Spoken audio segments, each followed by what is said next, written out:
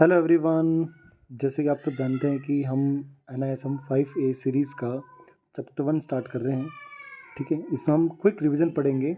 और जैसे कि अपन जान रहे हैं कि नियरेस्ट 2 या 3 दिन में अगर आपका एग्ज़ाम है तो जनरली आप ये वीडियो देख करके आप एग्ज़ाम देने जा सकते हो और आपका एग्ज़ाम डेफिनेटली क्लियर हो जाएगा। चैप्टर 1 से स्टार्ट करते हैं अपन। चैप्टर 1 है आपका इन्वेस्टमेंट लैंडस्केप। ठीक है, तो चलिए शुरू करते हैं अपन। Okay, the discussion of investment must start with the purpose of the investment. Why is one investing? तो हमको ये पता होना चाहिए कि फर्स्ट ऑफ ऑल हमको ये पता होना चाहिए कि जैसे हम इन्वेस्टमेंट क्यों कर रहे हैं, तो ये पर्पस के बिना अपन इन्वेस्टमेंट स्टार्ट नहीं कर सकते किसी का। Okay, when we assign amounts and timelines to dreams और objective we convert them into financial goal. और जब एक बार पता चल जाता है कि हमको क्या ड्रीम है, क्या ऑब्जेक्टिव है, तो हम उसको फाइनेंशियल गोल में चेंज कर सकते हैं। After identifying the events one needs to assign priorities to each goal. और उसके बाद हम उस गोल को प्रायोरिटी के अकॉर्डिंग आइडेंटिफाई करके इवेंट को उसको प्रायोरिटी दे सकते हैं। Goal should be categorize on the basis of responsibility and good to have goal. Prioritization can also be done by classifying the goals in terms of the time left for the goals. The current cost of the financial goal should be adjusted for the inflation. The cost of education has been going up at a very fast pace over the last few decades. तो अगर अपना गोल जैसे मान लो कि अपन education की अपन बात करते हैं, तो एजुकेशन अगर हमारा गोल है तो कुछ टाइम से अपन मान सकते हैं कि जो गोल है हमारा वो एक तरह से ये लॉन्ग टाइम गोल हो सकता है एजुकेशन गोल। तो इसमें अच्छा अपन को रिटर्न्स मिल सकता है, तो उसके अकॉर्डिंग अपन बात करते हैं। इन्फ्लेशन की बात करते हैं। इन्फ्लेशन मतलब ऊपर उतार चढ़ाव या अपन महंगाई की बात करते हैं। That has more impact on long term goal.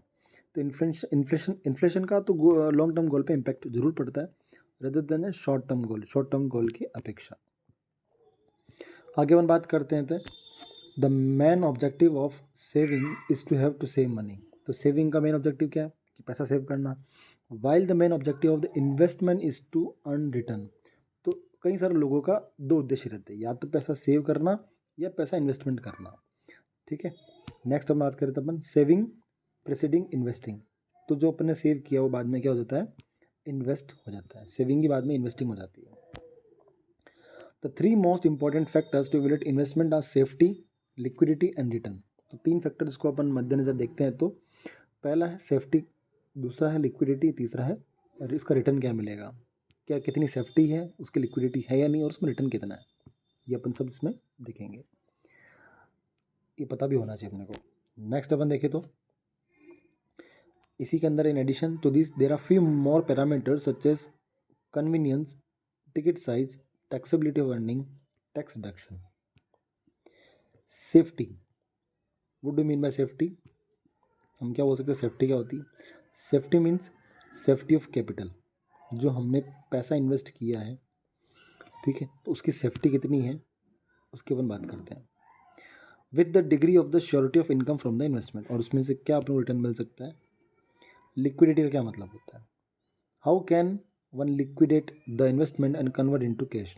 कितना जल्दी एक इन्वेस्टमेंट कैश में बदल जाता है, उसको अपन बोलते हैं इसकी लिक्विडिटी। जैसे अगर मैंने लेट सपोज मैंने आज अगर अपना रिडीम लगाया और मुझे कितने दिन में पैसा मिल जाएगा, ये कितना जल्दी मिल जाता है पैसा अगर डिमांड करते ही, तो वो उसकी क्या कहलाती है, लिक्विडिटी कहलाती है। जिसकी जल्दी लिक्विडिटी होगी उसका पैसा आपको जल्दी मिल जाता है। तो हर एक फंड का अपना एक लिक्विडिटी अमाउंट होता है, उसके अकॉर्डिंग ऊपर डिपेंड कर सकते हैं। Returns may be in the form of regular periodic income और ऑल्सो इज करंट इनकम। तो रिटर्न्स कैसे आ सकते हैं, या रेगुलरली भी आ सकते हैं, पीरियडिकली भी आ सकते हैं, तो उसको बनेंगे current income. And capital appreciation और कैपिटल गेन, इस तरीके से अपन कह सकते हैं। टैक्स डिडक्शन के बारे में पता होना चाहिए। Tax deduction is a deduction that available to the eligible investor on taxable income. तो टैक्स डिडक्शन जो होता है, जो पैसा डिडक्ट होता है तो अवेलेबल एलिजिबल इन्वेस्टर, जो इन्वेस्टर टैक्स पे करता है उनके लिए अपन बात करते हैं। In the majority of cases individual purchase real estate for self occupation and it is considered as expense and not investment. तो कई सारे ऐसे लोग होते हैं, मेजोरिटी मैन ऑफ द जो इंडिविजुअल जो होते हैं, तो they can purchase real estate for self occupation. तो वो अपने ऑक्यूपेशन के लिए रियल एस्टेट में पैसा इन्वेस्ट करते हैं और it is considered as expenses, वो उनके लिए एक्सपेंसेस है, ना कि इन्वेस्टमेंट है। अगर मुझे मकान बनाना है तो वो मेरा इन्वेस्टमेंट नहीं है, वो मेरा एक्सपेंसेस कहलाएगा। इसी तरह से अपन आगे बात करते हैं इस तरह से रियल एस्टेट। अब रियल एस्टेट को अपन थोड़ा डीपली देखते हैं। तो real estate are classified into various category such as residential real estate, land, commercial real estate. रहना हो तो रेजिडेंशियल रियल एस्टेट, केवल लैंड है तो, और कमर्शियल रियल एस्टेट कमाने के लिए। Gold and silver are the most common commodities in which the investor invest. तो आज के समय में सबसे ज़्यादा लोग अगर इन्वेस्ट करते हैं तो अपने फंड में ज़रूर कुछ ना कुछ, एक तो गोल्ड और एक सिल्वर लेना पसंद करते हैं। तो ये दोनों किस में आते हैं? मोस्ट कॉमन कमोडिटीज़ में आते हैं। Generally investors do not prefer to invest in commodities derivative. तो वैसे तो अगर देखा जाए तो बहुत सारे इन्वेस्टर जो होते हैं ना, वो ही प्रेफर नहीं करते, डू नॉट प्रेफर कि वो कमोडिटीज़ में इन्वेस्ट करें। क्यों? इसका रीज़न भी देख लेते हैं अपन। दे आर लेवरेजेस कॉन्ट्रैक्ट्स, ये बहुत लेवरेजेस कॉन्ट्रैक्ट है। It can take large export with a small of money making it to a highly risky. तो हाईली रिस्की हो सकता है और ये लार्ज एक्सपोर्ट हो सकता है। They are normally short term contract where the investor needs may be for a longer period. तो हो सकता है वो लंबे समय के लिए सोच रहा हो इन्वेस्टर्स, तो ये भी हो सकता है। तो अपन बात कर रहे हैं किसकी? गोल्ड और सिल्वर की। Next, fixed income securities are marketable instrument like bonds and debenture. तो अगर फिक्स्ड इनकम सिक्योरिटीज़ की बात करूँ तो ये कैसे मार्केट इंस्ट्रूमेंट है, कैसे बॉन्ड और डिबेंचर? फिक्स इनकम सिक्योरिटीज़ है। अगर बॉन्ड डिबेंचर में पैसा लगा रहे तो ये आपका एक फिक्स इनकम सिक्योरिटीज़ की इतना ये तो अपने को रिटर्न देगा ही देगा। नेक्स्ट अपन आगे देखते हैं।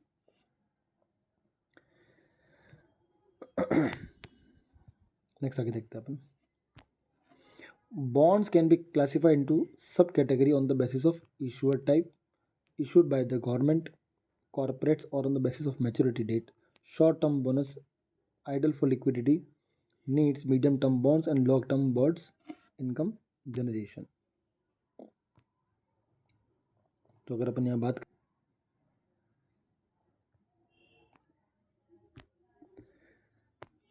तो जिसे डिस्कस कर रहे थे अपन, यहाँ पे बॉन्ड्स के बारे में बात कर रहे थे कि बॉन्ड्स को क्लासीफाई किया जा सकता है उसके सब कैटेगरीज में। कौन कौन से? Like that bond are issued by the government, कि ये बॉन्ड गवर्नमेंट से इशू किया हुआ हो, और कॉरपोरेट्स, या फिर on the basis of maturity date, mature date के अकॉर्डिंग क्या होंगे? शॉर्ट टर्म बॉन्ड्स हो गया, ideal for liquidity needs, liquidity के अकॉर्डिंग शॉर्ट टर्म बॉन्ड्स होते हैं। एक होते हैं मीडियम टर्म बॉन्ड्स, एक होते हैं long term bonds that income generation needed. Next बात करें तो someone who by shares in a company becomes a part owner in the business. तो क्या बात करें अपन यहाँ पे? जो किसी कंपनी में शेयर बाय करता है वो क्या बन जाता है? उसकी बिजनेस में पार्टनर ऑन करता है। इक्विटी की बात करते हैं। Equity has highest real return to the investor. आज के समय में अगर अपने को सबसे ज़्यादा रिटर्न अगर मिल रहा है तो इक्विटी से मिलता है। That return in excess of inflation, inflation के बढ़ने के बावजूद भी। Investment in equity and bonds can be done only in financial form. तो इक्विटी हो या बॉन्ड हो, इसमें जो इन्वेस्टमेंट होता है वो किस में होता है? केवल फाइनेंशियल फॉर्म में होता है। While real estate and commodities can bought either in financial और इन फिजिकल फॉर्म। तो रियल एस्टेट और कमोडिटीज़ गोल्ड सिल्वर के अंदर बात करें तो इसमें फिजिकल फॉर्म भी मिल सकता है और फाइनेंशियल फॉर्म भी मिल सकता है, दोनों तरीके से इसमें पाया जा सकता है। और रियल एस्टेट एंड कमोडिटीज़ की बात करें then can either be bought as investment और फॉर कंजम्पशन पर्पज। तो कमोडिटीज़ हो गया, गोल्ड सिल्वर या रियल एस्टेट हो गया, इसको अपन एज ए इन्वेस्टमेंट भी इसमें अपन खरीद सकते हैं और इसमें फॉर कंजम्पशन पर्पज भी खरीद सकते हैं, मतलब बेचने के लिए भी। आगे देखते हैं अपन। इन्फ्लेशन और price inflation is the general rise in the price of various commodities, products, services that we consume. It erodes the purchasing power of the money. क्या कहना चाह रहा है? इन्फ्लेशन का मतलब कितना महंगाई दर, जैसे अपन कहते हैं कि इन्फ्लेशन बढ़ रहा है 8% हर साल एनुअली इन्फ्लेशन बढ़ता है। तो इन्फ्लेशन और price inflation that is a general rise in the price of various commodities, products and services. मतलब सर्विसेज में प्रोडक्ट्स में या कुछ कॉमोडिटीज़ हो गया, इनके अंदर जो प्राइसेस बढ़ जाती है जनरली, जिसको हम कंज्यूम करते हैं, तो उसको बोलते हैं inflation. It erodes the purchasing power of the money. When one seek total safety of invested capital along with liquidity at any time, the investment returns are usually lower than inflation. तो when one seek total safety invested capital, अगर कोई ये ध्यान रखते हुए invest करता है कि उसका पैसा टोटल सेफ रहे with liquidity at any time, मतलब उसको जब पैसा चाहिए तो वो मिल जाए, the investment returns usually lower than inflation. ऐसे में उसको इन्फ्लेशन मतलब रिटर्न थोड़ा कम मिल सकता है, ऐसा अपन कह सकते हैं. The return on investment without factoring inflation is known as nominal rate. तो यहाँ अगर अपन बात करें कि investment, the return on investment without factoring inflation, उसी को बोलते हैं नॉमिनल रेट. ठीक है, नेक्स्ट अपन देखते हैं यहाँ पे. तो नॉमिनल रेट के बारे में अपन ने डिस्कस किया यहाँ पे. नॉमिनल रेट तो बिना इन्फ्लेशन के फैक्टर के अगर अपन इन्वेस्ट कर रहे तो वो नॉमिनल रेट के अंदर पाया जाता है. Liquidity risk. अब लिक्विडिटी रिस्क क्या होता है? It is difficult to sell an investment when desired, it has to be sold below its fair value. तो लिक्विडिटी रिस्क का मतलब ये हो गया कि जैसे मान लो मैंने कोई इन्वेस्टमेंट जो है उसको मैंने डिफिकल्ट टू सेल इन्वेस्टमेंट, मतलब बड़ी मुश्किल से मैंने उसको बेचा. जैसे मेरी मर्जी हुई, मेरी इच्छा हुई कि मुझे बेचना है, लेकिन बड़ी मुश्किल से मैं बेच पाया. It had to sold below its fair value, मतलब जो इतना अच्छा वैल्यू मिल सकती है उससे कम में मैंने उसको सेल किया, उसको बोलते हैं लिक्विडिटी रिस्क बोल सकते हैं अपन उसको. Next, liquidity risk is high in real estate investment. तो ये सबसे ज़्यादा जो ये लिक्विडिटी रिस्क हाई कब होती है? तो ये होती है रियल एस्टेट इन्वेस्टमेंट में. जैसे मान लो लेट्स सपोज कि ये अपन कह सकते हैं कि मेरा एक मकान था और वो मकान मुझे जैसे आज बेचना, मुझे आज पैसा चाहिए, तो हो सकता है कि 5 लाख के जब मैंने उसको परचेज़ किया होगा, आज उसके 10 लाख मिल रहे होंगे, लेकिन जब मैं उसको लेने के लिए जाऊंगा तो मुझे कोई मार्केट में कस्टमर नहीं मिलेगा जो मुझे इसका वैल्यूएशन दे सकता है, भले उसकी आज उसकी प्राइस अच्छी है. तो इसी को बोलते हैं कि लिक्विडिटी रिस्क जो होती है वो रियल एस्टेट में हाई होती है. सब नेक्स्ट बात करते हैं अपन क्रेडिट रिस्क की. तो credit risk is when the issuer does not pay principal and the interest on time even defaults, there is no credit in government bonds. तो ये क्रेडिट रिस्क क्या होता है कि जब जैसे लेट्स सपोज मैंने अपना पैसा इन्वेस्ट किया था और मुझे पैसा चाहिए था और वो डिले होता है, does not pay principal and the interest on time, तो मुझे जब वो प्रिंसिपल उसका इंटरेस्ट टाइम पे ना मिले या इश्योर मुझे ना दे, when the issuer does not pay that's, या फिर डिफॉल्ट हो जाए, तो इसको बोलेंगे देर इज कि भाई ये क्रेडिट रिस्क है. There is no credit risk in governments bond. तो गवर्नमेंट बॉन्ड्स के अंदर ये क्रेडिट रिस्क नहीं होती है. नेक्स्ट हम बात करते हैं यहाँ पे कि मार्केट रिस्क की बात करते हैं अपन यहाँ पे.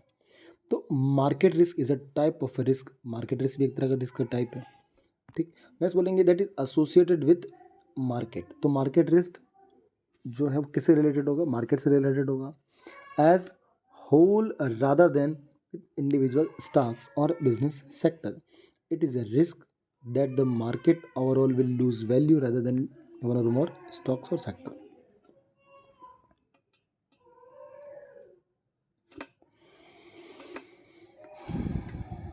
तो यहाँ सेम वही वाली बात है कि मार्केट रिस्क जो होता है वो एक तरह से क्या होता है कि मार्केट पे डिपेंडेंट होता है.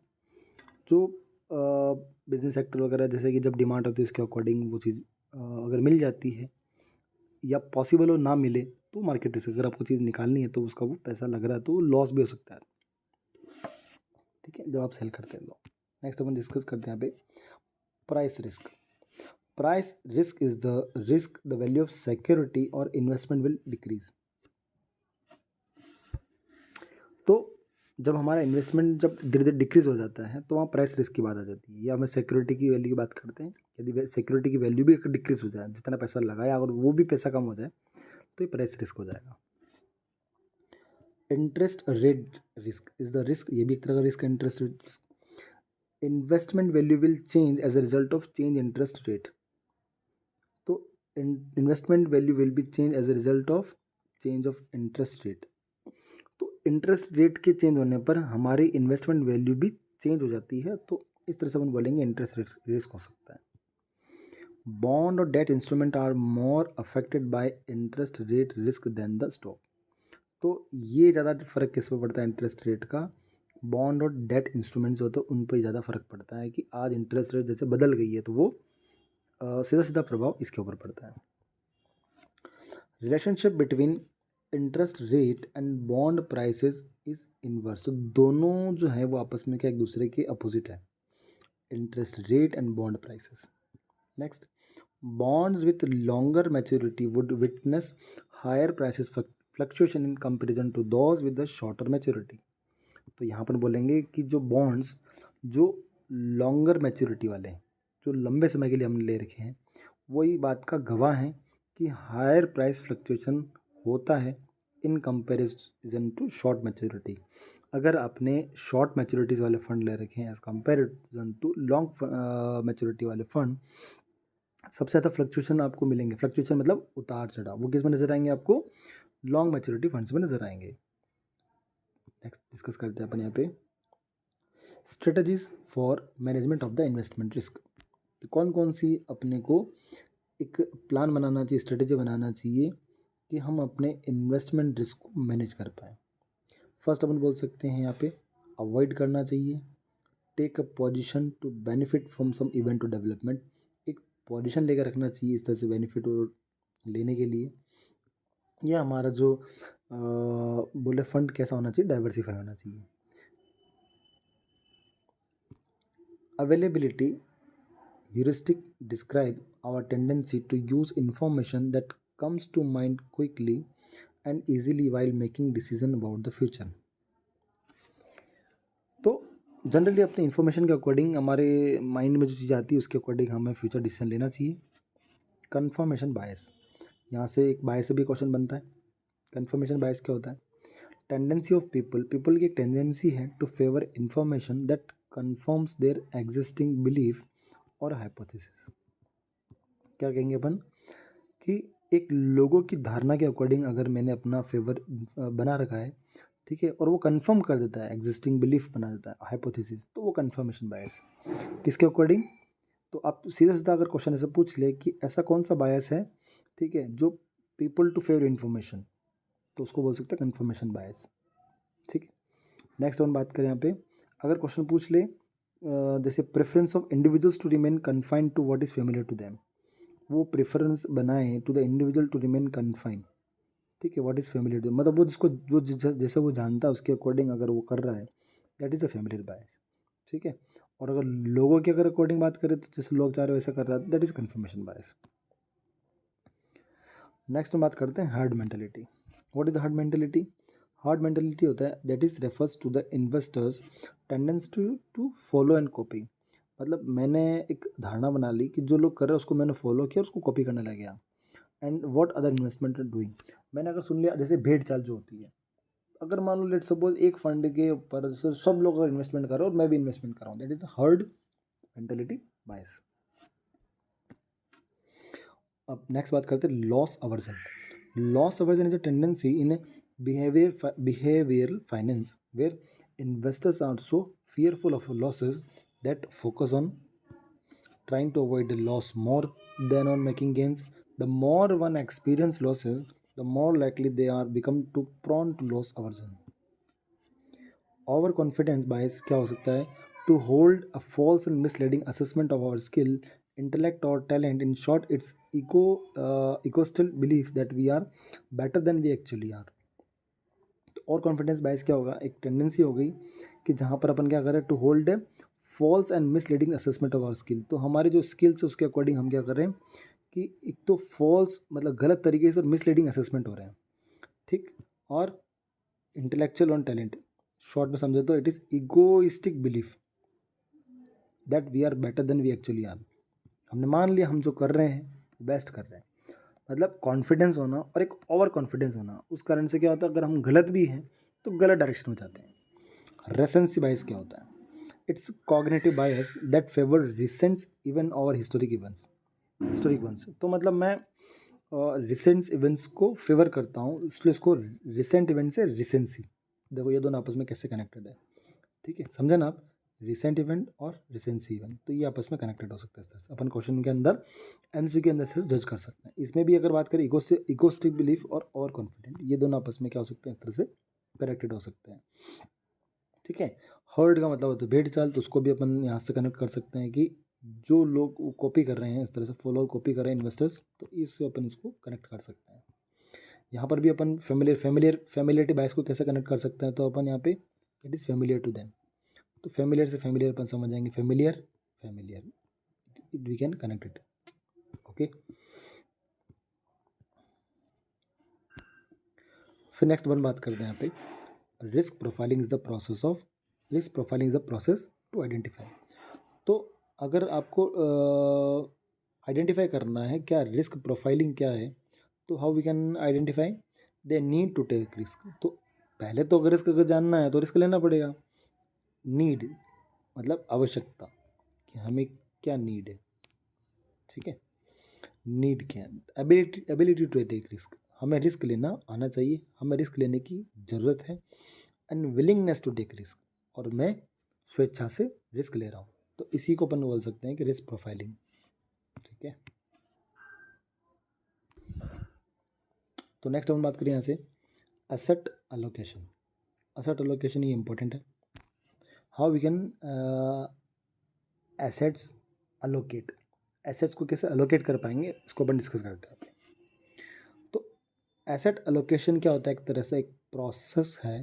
क्या, किसका प्रोसेस है, allocating money across various assets category in a line with a stated objective।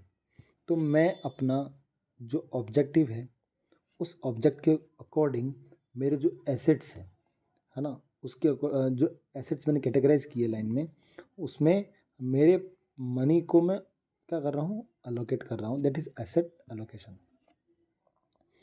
Next है इसमें एक तो स्ट्रेटेजिक एसेट एलोकेशन है, एक है टैक्टिकल एसेट एलोकेशन। तो फर्स्ट अपन बात करते हैं स्ट्रेटेजिक एसेट एलोकेशन। इसमें अपन बात करेंगे कि is allocation align to the financial goal of the individual. तो कोई इंडिविजुअल है, उसके क्या फाइनेंशियल गोल है, उसके अकॉर्डिंग अपन क्या करते हैं, उसके लिए एसेट्स जो कैटेगराइज उसके अंदर मनी को मैं अलोकेट करता हूँ, उसको बोलेंगे स्ट्रेटेजिकली। बिल्कुल एक पैटर्न के अकॉर्डिंग एक स्ट्रेटजी बना करके जो अपन बनाते हैं गोल, उसको बोलेंगे स्ट्रेटेजिक एसेट्स एलोकेशन। एक होता है नेक्स्ट टैक्टिकल एसेट्स एलोकेशन। तो टैक्टिकल एसेट्स एलोकेशन क्या हो सकता है, it is an active management portfolio strategy that shift the percentage of assets held in the various category to take advantage of marketing prices anomalies और strong market sector।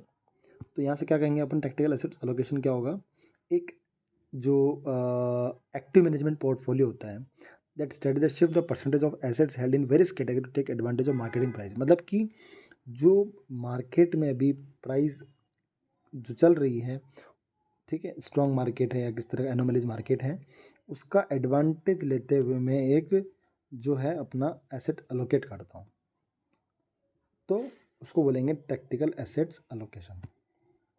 Next हम बात करें यहाँ से portfolio should be rebalance to restore the target assets allocation. तो अगर मैं मेरा ऐसा पोर्टफोलियो बना रहा हूँ, रीबैलेंस कर रहा हूँ, जो क्या करे, रीस्टोर करे टारगेट एसेट्स एलोकेशन को। रीबैलेंसिंग करना, उसको फंड को भरना, the rebalancing approach can work very well over the year. तो उसको अपन क्या कर सकते हैं, ओवर द ईयर अपन उसको धीरे धीरे बैलेंस कर सकते हैं। When various assets category go through many market cycles of ups and downs. तो जब मार्केट्स अप्स एंड डाउन्स होता है, नीचे ऊपर नीचे होता है, तब उसके अकॉर्डिंग अपन ये सोच सकते हैं।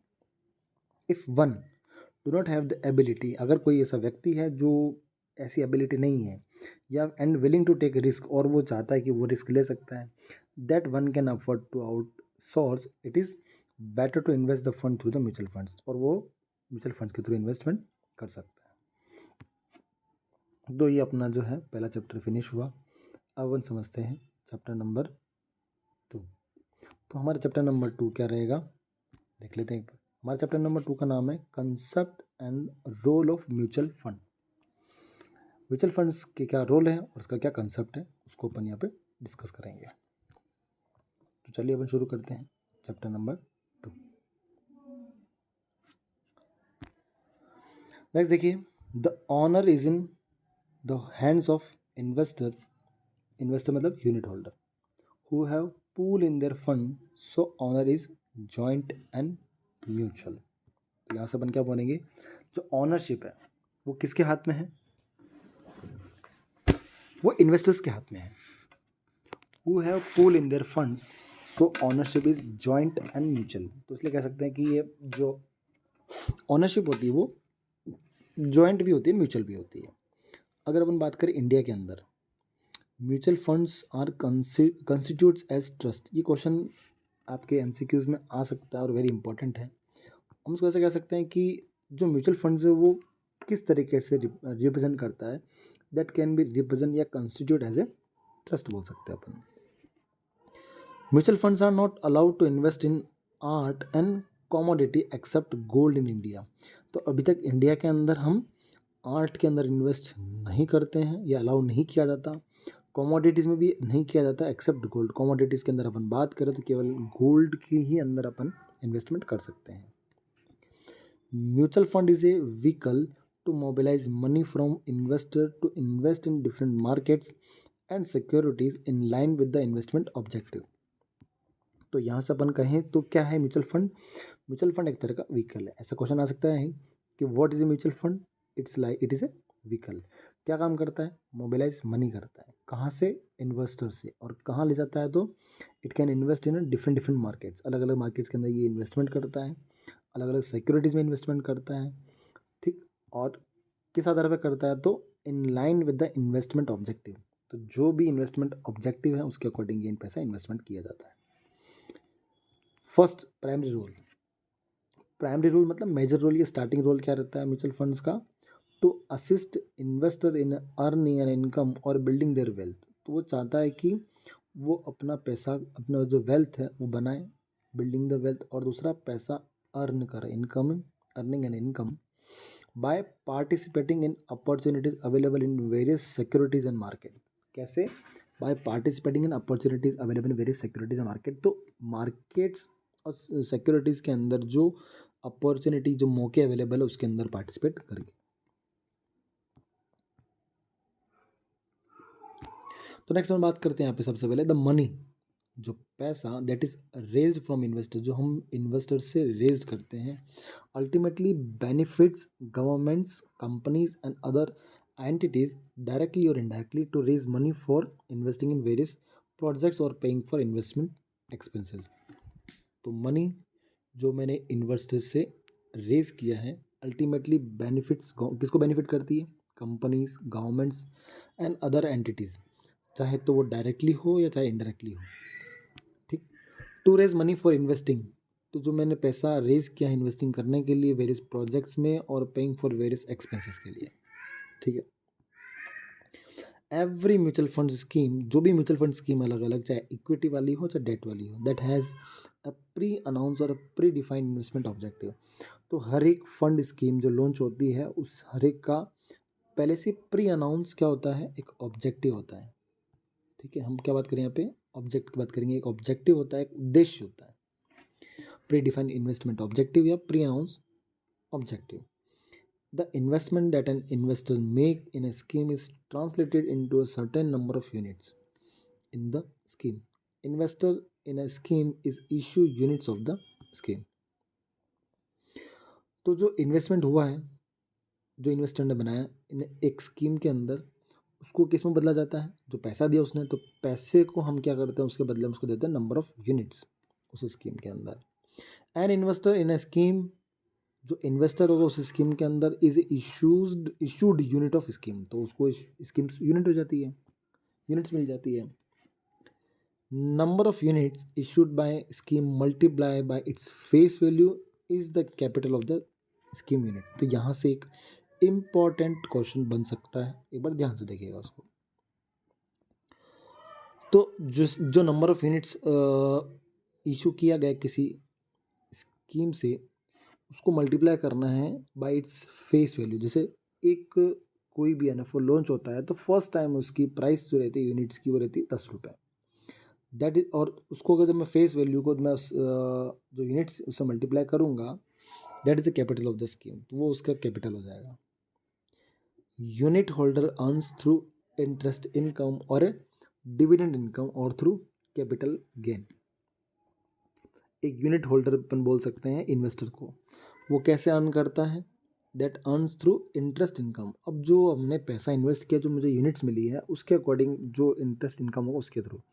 कई ऐसे IDCW जैसे कई सारे ऐसे फंड्स होते हैं जो क्या करते हैं, डिविडेंड प्रोवाइड करते हैं, तो वो भी अपना क्या हो सकता है, एक इंटरेस्ट हो सकता है।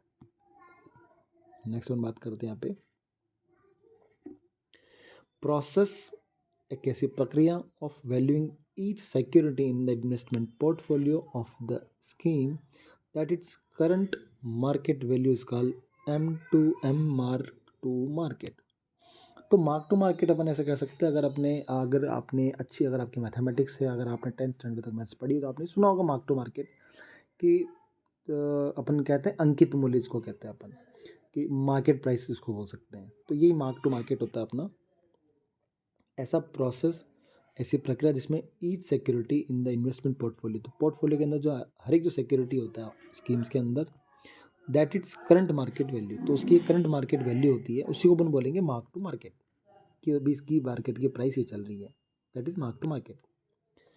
अब यहाँ से कई बार क्वेश्चन आता है, अगर आपने MCQs देखे होंगे, क्वेश्चंस के PYQ देखे होंगे, तो आपको पता होगा कि यहाँ से एक जनरली क्वेश्चन आता है, फिक्स है, 1 से 2 क्वेश्चन यहाँ से फिक्स बनता ही बनता है। और वो क्वेश्चन क्या बनता है, यहाँ से देखना एक बार,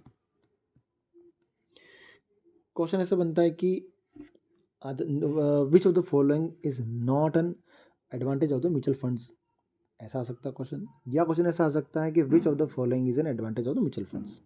तो दोनों में से कैसे भी क्वेश्चन है, तो अपने को एक चीज़ ध्यान रखनी है कि अपने को एडवांटेज क्या होते हैं म्यूचुअल फंड्स का इन्वेस्टर के रिगार्डिंग, जो पैसा इन्वेस्टर का है। हमेशा म्यूचुअल फंड चाहती है कि इन्वेस्टर्स का पैसा क्या रहे, सेफ रहे, और कहने का मतलब है कि उसको अर्निंग भी हो और पैसा उसका बढ़े भी से रहे। फर्स्ट, तो म्यूचुअल फंड का फ़ायदा उसको ये मिलेगा, एडवांटेज ये है कि उसको प्रोफेशनल मैनेजमेंट मिलता है, अफोर्डेबल पोर्टफोलियो डाइवर्सिफिकेशन होता है, इकोनॉमीज ऑफ सेल होती है, लिक्विडिटी आराम से मिलती है, टैक्स डेफरल का फ़ायदा मिलता है, टैक्स बेनिफिट का फ़ायदा मिलता है, कन्वीनियंट ऑप्शंस हैं, इन्वेस्टमेंट कंफर्ट है, रेगुलेटरी कंफर्ट है, या सिस्टमेटिक अप्रोच टू इन्वेस्टमेंट है। तो इसके अकॉर्डिंग अपन देख सकते हैं। ठीक है, तो ये एक बार दोबारा से इसको देख लेते हैं। ये जो पॉइंट्स हैं आपके, कितने पॉइंट्स हैं ये आपके, 1 2 3 4 5 6 7 8 9 और ये 10, इन 10 ऑब्जेक्टिव को आपको ध्यान से समझना है, जिससे कि आपका एक क्वेश्चन गलत ना हो। अगर यहाँ से क्वेश्चन आए तो आपका कभी भी गलत ना हो। तो देखो, पहला क्या दे रखा आपको इसने, पोर्टफोलियो मैनेजमेंट, तो ध्यान रखिएगा आपको पोर्टफोलियो मैनेजमेंट एक एडवांटेज है। दूसरा आपको दे रखा है कि अफोर्डेबल पोर्टफोलियो डाइवर्सिफिकेशन, अगर आपको पोर्टफोलियो डाइवर्सिफिकेशन करना है तो आप आराम से अफोर्डेबली मतलब आराम से आप पोर्टफोलियो डाइवर्स कर सकते हो। तीसरा, इकोनॉमीज ऑफ सेल, एक ही मेथड हो गया, इसमें अच्छी लिक्विडिटी है तो लिक्विडिटी हो गया। फिर एक हो सकता है इसके अंदर टैक्स डेफरल्स, ये बेनिफिट है, टैक्स बेनिफिट जैसे कि ELSS वाले फंड होते हैं उसमें टैक्स बेनिफिट्स हैं, कन्वीनियंस ऑप्शंस हैं। फिर इसके अंदर बात करें तो इन्वेस्टमेंट कंफर्ट है। फिर अपन बात करें तो रेगुलेटरी कंफर्ट है। तो एक है सिस्टमेटिक अप्रोच टू इन्वेस्टमेंट सही, सिस्टमेटिक अप्रोच टू इन्वेस्टमेंट है, आराम से सिस्टमेटिक इन्वेस्ट कर सकते हैं इसके अंदर। फिर अपन बात करते हैं कुछ लिमिटेशन ऑफ म्यूचुअल फंड्स की। तो अगर कुछ फ़ायदा है तो इसकी कुछ लिमिटेशंस भी है म्यूचुअल फंड्स की। पहला, लैक ऑफ पोर्टफोलियो कस्टमाइज, अब पोर्टफोलियो कैसे कस्टमाइज करवाना है तो इसकी थोड़ी सी कमी है। नो कंट्रोल और कॉस्ट, तो जो हमारे और कॉस्ट के ऊपर कोई कंट्रोलेशन नहीं है, और चॉइस ओवरलोड, तो एक क्वेश्चन यहाँ से डेफिनेटली बनता है आपका, तो आपको ये ध्यान रखना है। ठीक है, कि कैसे कैसे क्वेश्चन बन सकते हैं, तो डेफिनेटली एक क्वेश्चन यहाँ से बन सकता है आपका। ठीक है,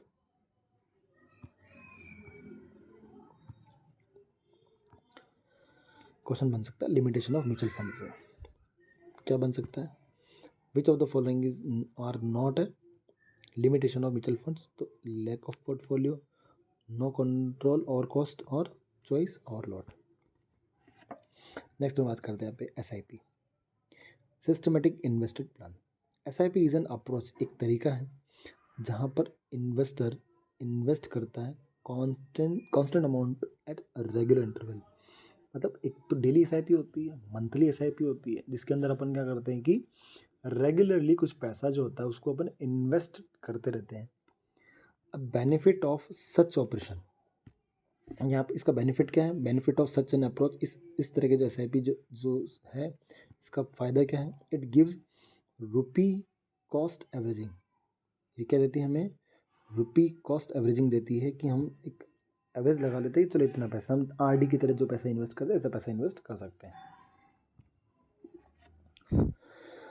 नेक्स्ट हम बात करें mutual funds make it convenient. तो म्यूचुअल फंड्स इसको बहुत कन्वीनियंट बनाता है, आसान बनाता है एक इन्वेस्टर्स के लिए to manage their SWP by indicating the amount, periodicity generally monthly and periods for their SWP, systematic withdrawal plan. एक होता है सिस्टमेटिक इन्वेस्टेड प्लान, एक होता है systematic withdrawal plan SWP। Fund mutual funds make it convenient for the investor. तो mutual fund investors के लिए इसको कन्वीनियंट बना रखा है टू मैनेज देयर SWP, और आराम से SWP को इंडिकेट मैनेज कर सकता है बाय इंडिकेटिंग द अमाउंट्स, कोई अमाउंट इंडिकेट करता है उसके according, generally monthly and periodically for their SWP। आगे बात करते हैं अपन STP, सिस्टमेटिक ट्रांसफर प्रोटोकॉल। ये क्या होता है? सिस्टमेटिक ट्रांसफर प्रोटोकॉल एक ऐसा अमाउंट दैट इज विड्रॉ मतलब बाहर निकालना। STP the amount that is withdraw from a scheme से पैसा बाहर निकालना and reinvested in some other scheme of the same mutual fund.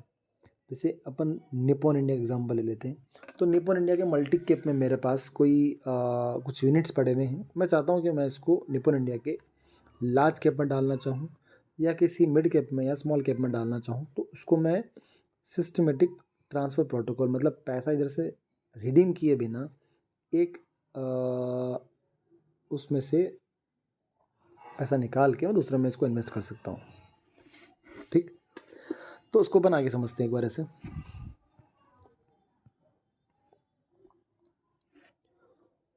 Classification of mutual funds can also be done on a basis of its structure. Mutual funds को अपन ऐसे भी classify कर सकते हैं कि स्ट्रक्चर कैसा होगा, ओपन एंडेड होगा, क्लोज एंडेड होगा, या इंटरवल फंड होंगे। ठीक है, तो उसको अपन इस तरह से भी कर सकते हैं, ओपन एंडेड, क्लोज एंडेड और इंटरवल फंड। नेक्स्ट अपन आगे डिस्कस करते हैं इसको अच्छे से। How the fund is manage. अब फंड कैसे मैनेज होगा, एक्टिव फंड है या पैसिव फंड है? तो दो तरह के फंड होते हैं, एक तो होता है आपका एक्टिव फंड, एक होता है आपका पैसिव फंड। पैसिव फंड ऐसा होता है कि एक बेंचमार्क को फॉलोअप करता है, तो इसमें अपना जो रेट, जो इंटरेस्ट, जो टैक्स होता है वो भी थोड़ा कम लगता है, एग्जिट लोड भी कम लगता है। एक्टिव फंड में फंड मैनेजर एक्टिव रूप से सोच के दिमाग से या मेहनत करके इन्वेस्टर्स के हित में या उसके प्रॉफिटेबल में वो काम करता है। दूसरा होता है इन्वेस्टमेंट यूनिवर्स, जैसे इक्विटी, डेट और गोल्ड। फिर अपन बात करते हैं आगे SEBI categorisation of equity schemes. तो सेबी ने कौन कौन सी कैटेगराइज कर रखी है इक्विटी स्कीम्स के अंदर, उसको डिस्कस करते हैं अपन यहाँ पे। सबसे पहले फर्स्ट बात करते हैं अपन multi cap fund, large cap fund, large and mid cap fund, mid cap fund and small cap fund. Multi cap funds क्या होता है? तो मल्टी कैप फंड्स क्या होते हैं? Invested across large cap, mid cap and small cap stock. तो ऐसे fund जो लार्ज कैप में भी इन्वेस्ट करते हो, मिड कैप में इन्वेस्ट करते हैं, स्मॉल कैप में इन्वेस्ट करते हो, तीनों में जो इन्वेस्टमेंट होता है उसको बोलते हैं multi cap funds. Minimum investment in equity and equity related instrument shall में 65% टोटल एसेट्स। अगर ये इक्विटी एसेट्स है, इसलिए इसके अंदर अपन 65% जो होगा टोटल का, वो किस में इन्वेस्टमेंट करेंगे? इक्विटी में करेंगे। तो यहाँ से कई बार क्वेश्चंस बन जाता है। दूसरा है large cap funds. Large cap funds क्या होता है? That is predominantly invest in large cap stocks. तो यहाँ पर जो पैसा है वो लार्ज कैप में ही जाता है, ठीक। और इसका जो मिनिमम इन्वेस्टमेंट है वो भी कहाँ होता है? इक्विटी में ही रिलेटेड, इक्विटी में इन्वेस्टमेंट होता है ऑफ लार्ज कैप कंपनी, और जो लार्ज कैप की कंपनी थी उसी में कितना होता है? Then 80% of the total assets. तो टोटल एसेट्स का 80% तो लार्ज कैप कंपनी में इन्वेस्टमेंट होता है, ठीक है। यहाँ तो 65% था और यहाँ 80% है, ये अपने ध्यान रखना लार्ज कैप फंड्स में। आगे बात करते हैं large and mid cap funds की। तो that invest in both large and mid cap stock. तो ऐसे फंड दोनों में इन्वेस्टमेंट करते हैं, लार्ज में भी करते हैं और मिड में भी करते हैं। मिनिमम इन्वेस्टमेंट इन इक्विटी, किस कौन से इक्विटी में? लार्ज और मिड कैप इक्विटी में। That shall be 35 and 35% of total asset. तो 35% होगा वो लार्ज कैप में, सेम 35 होगा वो मिड कैप में होगा। तो दोनों में 35 मतलब 35 दुना 70। तो टोटल 70% आपके लार्ज और मिड कैप में होगा, बाकी वो अपने हिसाब से किसी में भी एडजस्ट कर सकता है, ये तो आपको ध्यान रखना है। मल्टी कैप में 65 था इक्विटी के अंदर, लार्ज कैप में 80 था, और लार्ज एंड मिड कैप में 75 मतलब 75 था, ये आपको ध्यान रखना है। नेक्स्ट आगे अपन बात करते हैं मिड कैप फंड की बात करते हैं। तो mid cap fund that invest in mid cap stocks. तो mid cap fund mid cap stocks में इन्वेस्ट करेंगे और इनका मिनिमम इन्वेस्टमेंट भी इक्विटी में ही होगा, ठीक। और कितना होगा? That is 65% of the total assets. तो आपको याद रखना है 65% जो होगा वो मिड कैप के अंदर ही होगा। Next small cap funds. Small cap funds क्या है आपके? जहाँ पर पैसा स्मॉल कैप स्टॉक्स में लगाया जाता है और मिनिमम इन्वेस्टमेंट इक्विटी में होगा। और इसमें भी अपन बात करें टोटल एसेट्स का 65% वो स्मॉल कैप में इन्वेस्ट करेगा। तो अभी तक अपन ने देखा कि 65% जो है वो आपके स्मॉल कैप में भी है, मिड कैप में भी है और मल्टी कैप में भी है, ठीक है।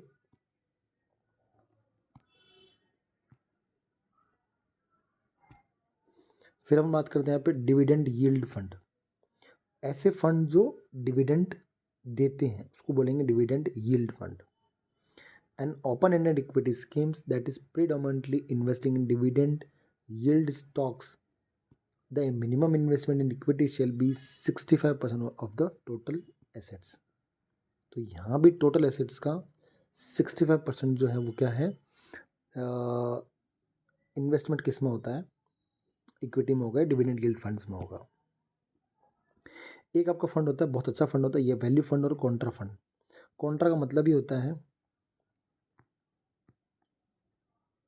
अपोजिट। तो ऐसे फंड जो अपोजिट मतलब उल्टे चलते हैं, जिनकी वैल्यू नहीं है, ये वैल्यू फ्यूचर में हो सकती है, ऐसे फंड्स को बोलते हैं कॉन्ट्रा फंड्स। तो ऐसे जगह पैसा लगाते हैं उसको बोलते हैं Contra funds. Follow a value investment strategy. तो ये एक स्ट्रेटेजी बनाते हैं, वैल्यू इन्वेस्टमेंट स्ट्रेटेजी बनाते हैं। इनका मिनिमम इन्वेस्टमेंट इक्विटी में ही होता है। 65% ऑफ द टोटल एसेट्स। तो टोटल एसेट्स का 65% होता है। कॉन्ट्रा फंड क्या करता है? That follow contrarian investment strategy. तो इनकी स्ट्रेटजी होती है कॉन्ट्रेरियन चलते हैं, उल्टे चलते हैं। Mutual funds will be permitted to offer either value और कॉन्ट्रा एडेड फंड। तो म्यूचुअल फंड्स क्या करते हैं? इनको परमिटेड करते हैं कि वैल्यू एडेड फंड या कॉन्ट्रा फंड के अंदर इन्वेस्ट करें। एक होता है आपका फोकस्ड फंड, बहुत ही अच्छा फंड है फोकस्ड फंड। इसमें क्या होता है? It can invest maximum 30 stocks. इसका फिक्स है कि मैक्सिमम 30 स्टॉक्स के अंदर ये इनका फोकस्ड होता है। और the scheme needs to mention where it intends to focus, that's multi cap, large cap, mid cap and small cap. इनका इंटेंट मतलब इनका मानस क्या होता है, किस में फोकस करते हैं ये? It can focus multi cap, large cap. तो अपन ने अभी तो डिस्कस किया था स्मॉल कैप के बारे में, डिविडेंड फील्ड के बारे में, वैल्यू फंड, कॉन्ट्रा फंड के बारे में, फोकस्ड फंड के बारे में, सेक्टरल और थीमेटिक फंड के बारे में। तो डिस्कस कर लेते एक बार वापस से। स्मॉल कैप के अंदर अपन ने 65% रहेगा डिविडेंड में 65% रहेगा। ये सब इक्विटी वाले फंड ही हैं, ये भी इक्विटी है, ये भी इक्विटी है। वैल्यू कॉन्ट्रा फंड कैसे होते हैं आपके?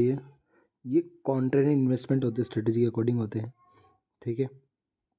इसमें भी 65% आपका इक्विटी रहता है। फोकस, बिल्कुल फोकस रहते हैं, मैक्सिमम 30 स्टॉक्स रखते हैं अपने इसमें फंड्स में, और इनका जो इंटेंट रहता है वो multi, large, mid and small चारों रहता है। जैसे कि अपन ने देखा था पहले, मल्टी में लार्ज, मिड कैप, स्मॉल रहता है, जबकि इसमें इसकी खुद चारों में रखता है। इसका जो मिनिमम इन्वेस्टमेंट रहता है वो भी 65% ऑफ द टोटल एसेट्स रहता है। फिर नेक्स्ट हम बात करते हैं सेक्टरल और थीमेटिक फंड। ये सेक्टरल और थीमेटिक फंड बहुत ही हाई रिस्की रहते हैं। इक्विटी अपने आप में रिस्की है, लेकिन सेक्टरल और thematic fund high risky fund होते हैं, ठीक है। इसका जो मिनिमम इन्वेस्टमेंट होता है वो इक्विटी या से रिलेटेड में होता है, और 80% जो टोटल जो एसेट्स होता है वो पर्टिकुलर सेक्टर और उसमें थीम में होता है। सबसे जो अपन बात करते हैं सबसे अच्छा फंड होता है ये आपका ELSS फंड, क्योंकि ये इसका ये भी ऑब्जेक्टिव फंड होता है। ये आपका बोलते हैं टैक्स सेविंग फंड है, ये आपका टैक्स सेविंग फंड है, ठीक है। टैक्स सेविंग फंड क्यों कहते हैं? क्योंकि ये ATC के अंदर आता है आपका, और ये 3 ईयर लॉक इन पीरियड में रहता है। 3 ईयर लॉक इन पीरियड में रहता है। 3 ईयर लॉक इन पीरियड मतलब 3 साल तक पैसा आप बाहर नहीं निकाल सकते। इसमें SIP करा सकते हैं अपन इसके अंदर। तो मिनिमम इन्वेस्टमेंट कैसा रहता है? इक्विटी में रहता है, और इसमें भी 80% पैसा आपका एसेट्स उसमें रहता है। और नेक्स्ट हम बात करते हैं यहाँ पे the SEBI categorisation of open ended best debt fund. अब अभी तक अपन ने पढ़ा इक्विटी के बारे में बात कर रहा था अभी अपन ने, अब अपन पढ़ रहे हैं डेट स्कीम्स के अकॉर्डिंग, ठीक है। तो डेट स्कीम्स क्या होगा आपका, एक देख लेते हैं ध्यान से इसको भी। ओके, तो ये सब ओपन एंडेड है, मतलब आप इसमें कभी भी एंट्री ले सकते हो और एग्जिट ले सकते हैं। एक दिन से लगाकर आप जितने टाइम आप इसमें चाहे तो रह सकते हैं। एक फंड होता है आपका ओवरनाइट फंड, एक होता है लिक्विड फंड, एक होता है अल्ट्रा शॉर्ट ड्यूरेशन फंड, एक होता है low duration fund, money market fund, short duration fund. ये सारे डेट फंड्स हैं। सबका नाम अकॉर्डिंग टू इसके मैच्योरिटी के अकॉर्डिंग है। जैसे ओवरनाइट फंड मतलब एक नाइट के लिए रहता है, और इसमें जो इन्वेस्टमेंट रहती है वो ओवरनाइट सिक्योरिटीज़ के अकॉर्डिंग रहती है, और मैच्योरिटी 1 डे के लिए रहता है। एक दिन बाद आप इसमें आराम से पैसा निकाल सकते हो, और एक दिन बाद आप पैसा निकालते हो तो इसमें एग्जिट लॉट मतलब बिल्कुल नए के बराबर लगता है या लगता ही नहीं है। दूसरा अपन बात करें लिक्विड फंड्स कैसे होते हैं? तो liquid scheme whose investment in to debt and money markets. तो डेट में पैसा लगाते हैं, डेट में पैसा रहता है, और मनी मार्केट में सिक्योरिटीज़ में पैसा लगता है, और इसकी मैच्योरिटी कितनी रहती है? That up to 91 days. 7 दिन बाद इस फंड्स में पैसा आप निकाल भी सकते हो, और एग्जिट लॉट लगता भी नहीं है। 1 to 6 डे में इसका एक डिक्रीजिंग परसेंटेज रहता है, जितने में आपको एग्जिट लॉट देना पड़ता है। बहुत ही कम इसमें एग्जिट लॉट रहता है। नेक्स्ट है अल्ट्रा शॉर्ट ड्यूरेशन फंड। तो अल्ट्रा शॉर्ट ड्यूरेशन फंड कैसा है? An ultra short term debt scheme that investing in debt money market instrument with मॉकले duration between 3 months and 6 months। मतलब अगर आपका ऑब्जेक्टिव है कि आप 3 से 6 महीने के लिए अगर पैसा इन्वेस्टमेंट करना चाहते हो, तो आपको अल्ट्रा शॉर्ट ड्यूरेशन फंड के अंदर पैसा इन्वेस्टमेंट करना चाहिए। तो 91 डे मतलब 3 महीने तक का पैसा, अगर आप 3 महीने तक का पैसा इन्वेस्टमेंट करना चाहते हो तो लिक्विड फंड्स में रख सकते हो, और अगर एक दिन के लिए पैसा इन्वेस्टमेंट करना चाहो तो ओवरनाइट फंड्स में भी अपन पैसा इन्वेस्टमेंट कर सकते हैं। नेक्स्ट आता है आपका इसके अंदर, क्योंकि सारे के सारे आपके कैसे डेट स्कीम्स के अंदर है, डेट में आते हैं। एक होता है आपका लो ड्यूरेशन फंड। अब तो लो ड्यूरेशन फंड में क्या होता है आपका, अगर ऑब्जेक्टिव है कि आपको 6 to 12 मंथ के अंदर पैसा इन्वेस्टमेंट करना है, तो आपका क्या होगा, ये लो ड्यूरेशन फंड के अंदर आएगा। नेक्स्ट हम बोले मनी मार्केट फंड्स। तो मनी मार्केट फंड्स कैसे होते हैं आपके? तो मनी मार्केट फंड्स कैसे, अगर आपको 1 साल तक अगर पैसा रखना हो, ऑब्जेक्टिव हो तो इसकी मैच्योरिटी क्योंकि 1 साल तक की रहती है, तो मनी मार्केट फंड। दूसरा है, अगला नेक्स्ट है शॉर्ट ड्यूरेशन फंड। तो short duration fund debt and money market instruments with duration 1 and 3 year, तो 1 से 3 साल के लिए पैसा। अगर आपसे क्वेश्चन ऐसे पूछ सकते हैं, 1 दिन के लिए मैच्योरिटी हो तो ओवरनाइट फंड हो सकता है, 91 डेज के लिए तो लिक्विड फंड हो सकता है, 3 से 6 अल्ट्रा शॉर्ट हो सकता है, 6 से 12 लो ड्यूरेशन फंड हो सकता है, 1 साल तक मनी मार्केट फंड हो सकता है, और 1 से 3 साल शॉर्ट ड्यूरेशन फंड हो सकता है। तो आप इसको इम्पोर्टेंट मान के चले कि यहाँ से क्वेश्चन बिल्कुल बनेगा। तो अगर आप तैयारी करें NSM 5A की तो हमारे चैनल को सब्सक्राइब कर लीजिए, क्योंकि बहुत जल्द एक ऐसी MCQ सीरीज़ भी लेके आएंगे जहाँ पर अपन most of them question practice करेंगे। अभी जो अपना चल रहा है वो चल रहा है क्विक रिवीजन चैप्टर वाइज, जिससे कि हमारा उद्देश्य है कि आपका जल्दी से जल्दी एग्ज़ाम क्लियर हो सके। और इससे रिलेटेड अगर कुछ भी क्वेरी हो तो आप हमें कमेंट बॉक्स में मैसेज करके बता सकते हैं, हम और क्या अपडेट ला सकते हैं, या आपको किस तरह की क्लासेस पसंद है, या आप किस तरह का इन्फॉर्मेशन आप चाहते हैं, तो आप उसके अकॉर्डिंग मैसेज कर सकते हैं मुझे। ठीक है, तो नेक्स्ट हम बात करते हैं यहाँ से अपन मीडियम ड्यूरेशन फंड की।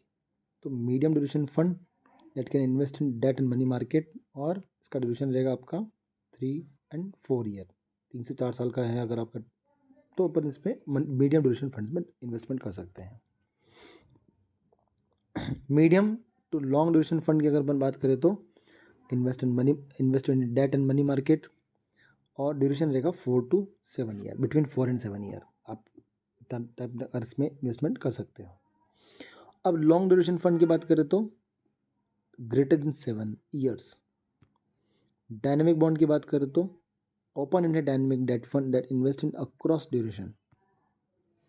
कॉर्पोरेट बॉन्ड फंड, नाम सुना होगा, CBF, कॉर्पोरेट बॉन्ड फंड। तो कॉर्पोरेट बॉन्ड फंड कैसे होते हैं, that predominantly invested in AA+। तो कई सारे ऐसे फंड्स होते हैं जो आपके डेब्ट फंड होते हैं, जो A+, AA+, AAA इस तरह से भी होते हैं। तो कॉर्पोरेट बॉन्ड फंड कैसे होते हैं आपके, जो कहाँ इन्वेस्ट करते हैं, तो जो AA+ में इन्वेस्टमेंट करते हैं, या इससे अबव रेटेड कॉर्पोरेट बॉन्ड्स हो, AA+ हो या उससे अबव जो रेटेड बॉन्ड हो उसमें करते हैं। Minimum investment in corporate bond जो होते हैं दैट भी 80% ऑफ द टोटल एसेट। तो टोटल एसेट्स का 80% आपका कहाँ होता है, इसी में इन्वेस्टमेंट होता है। Only in AA+ and above rated corporated bonds. एक होता है आपका नेक्स्ट वन, यहाँ से बहुत ज़्यादा क्वेश्चन बनता है क्रेडिट रिस्क फंड को, इसको डिस्कस करते हैं अपन यहाँ पे। जनरली यहाँ से क्वेश्चन बहुत बार पूछा गया और पूछेंगे भी, डेफिनेटली पूछेंगे, तो उसको अच्छे से समझ लेना एक बार आप। तो क्रेडिट रिस्क फंड क्या होते हैं, invest in below high rated corporate fund. जो हाई रेटेड फंड है उससे भी नीचे वाले फंड जो होंगे उसमें अगर इन्वेस्टमेंट करते हैं तो क्रेडिट रिस्क फंड होते हैं।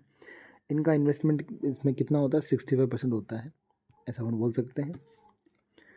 ओनली इन AA में इन्वेस्टमेंट होता है, exclude AA+ rated corporate bond and below rated corporate bond, उसको बोलेंगे, इसमें पैसा इन्वेस्टमेंट बोलेंगे, क्रेडिट रिस्क फंड बोलते हैं इसको।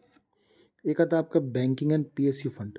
बैंकिंग एंड PSU फंड कहाँ पैसा इन्वेस्टमेंट करेंगे, तो यहाँ पर डेट इंस्ट्रूमेंट और इन इन्वेस्टमेंट इन bank, PSU public sector undertaking, PFI public financial institutes, municipal bonds, इनके अंदर जो पैसा होगा उसको बोलेंगे अपन।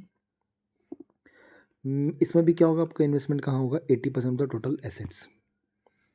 तो नेक्स्ट हम बात करते हैं गिल्ट फंड की, नाम सुना होगा गिल्ट फंड्स का आपका, that invest in government securities across maturity.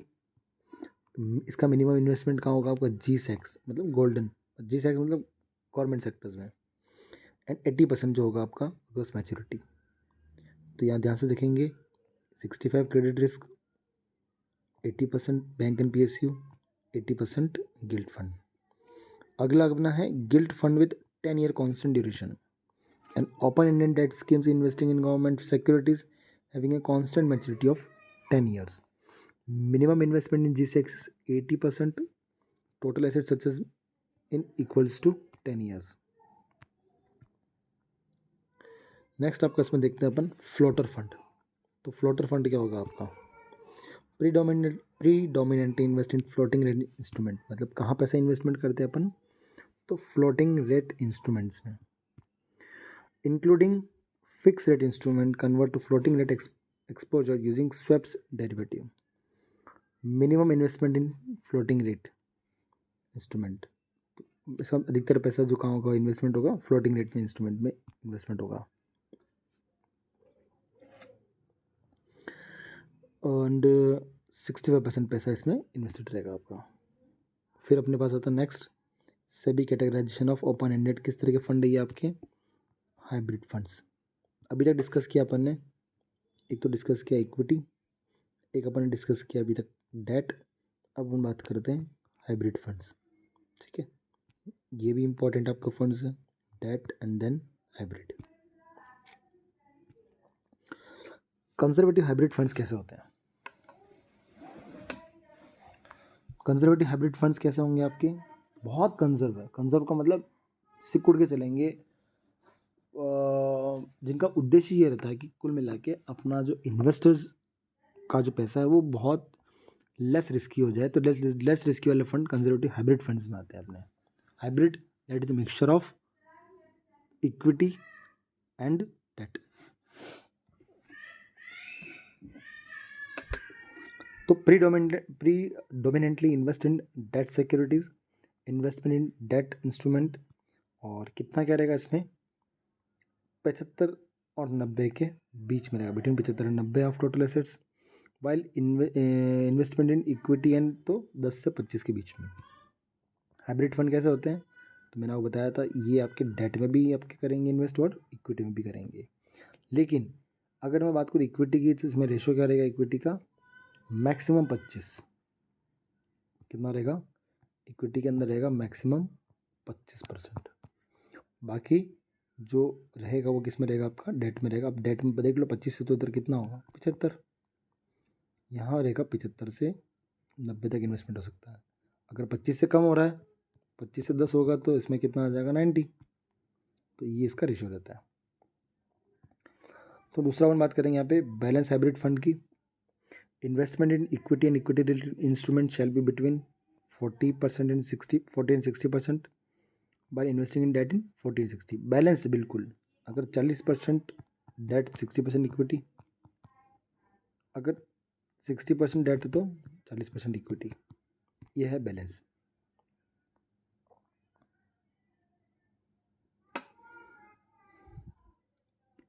Next है अपना aggressive hybrid fund. Aggressive hybrid fund कैसे होते हैं?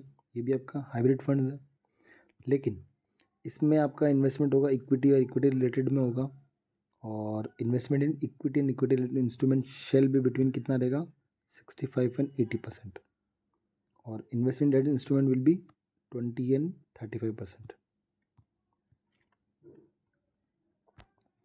तो अग्रेसिव हाइब्रिड के अंदर आपका जो इक्विटी है वो कितना चला गया? 65 to 80% चला गया, जबकि डेट में कितना है? 20 एंड 35 के रेशो में है। अगला अपने बात करें यहाँ पे म्यूचुअल फंड्स इन इंडिया के अंदर that are permitted to offer either aggressive hybrid fund और बैलेंस्ड फंड। तो म्यूचुअल फंड्स जो है वो इंडिया के अंदर दोनों फंड्स को क्या करता है?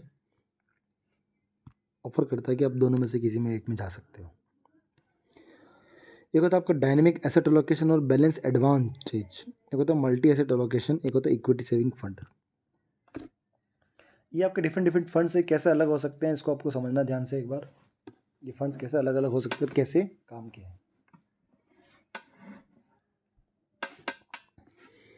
तो डायनेमिक एसेट एलोकेशन और बैलेंस एडवांटेज फंड, ये आपके इन्वेस्टमेंट करेंगे इक्विटी डेट में, दैट इज मैनेज्ड डायनेमिकली।